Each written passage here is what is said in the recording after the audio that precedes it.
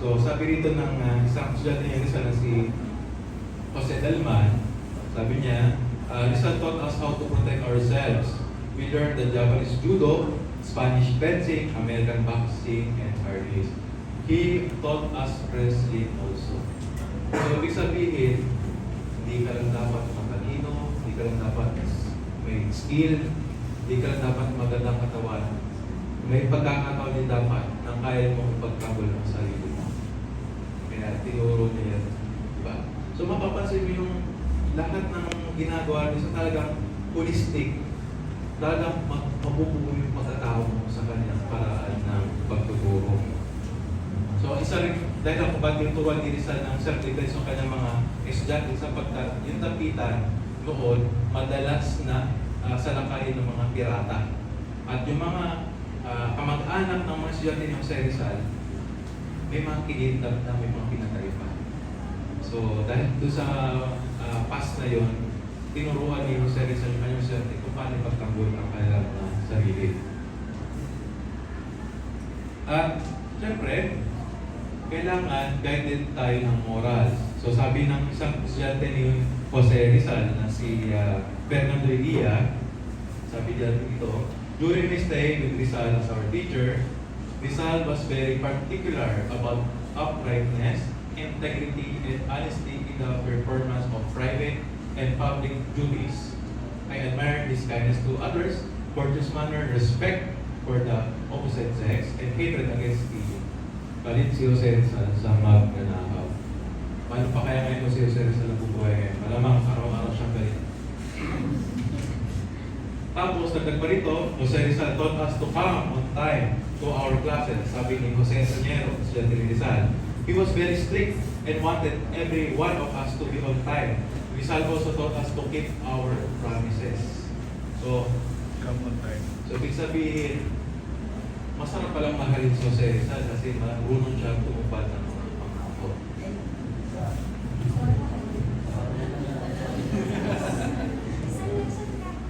Yeah.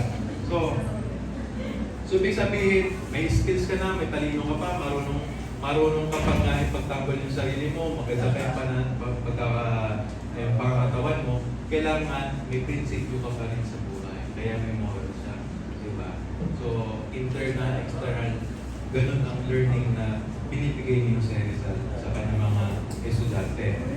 So, dagdagan lang dito, may isang estudyante si Jose Rizal, sabi niya rito, one day, Rizal and his pupils went to an excursion. Sabi ni Filomeno Piado, estudyante ni Rizal. The place was Tagilon, Barangay sa Dapitan. Carnicero and Father Obac went with Rizal. Si Carnicero siya yung gobernador ng Dapitan. Si Father Obac siya yung parish priest ng Dapitan. Tapos sabi rito, Rizal, how would you like to show us how well you can shoot?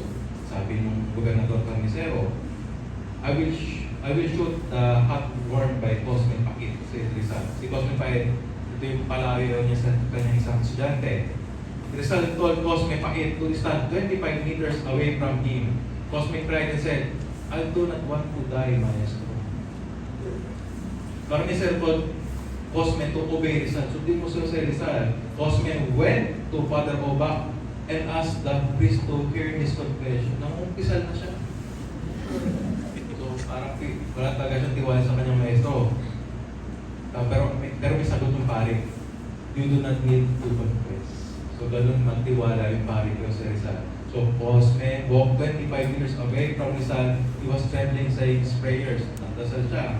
He put on his hat and stood straight. So, pinatong lang niya.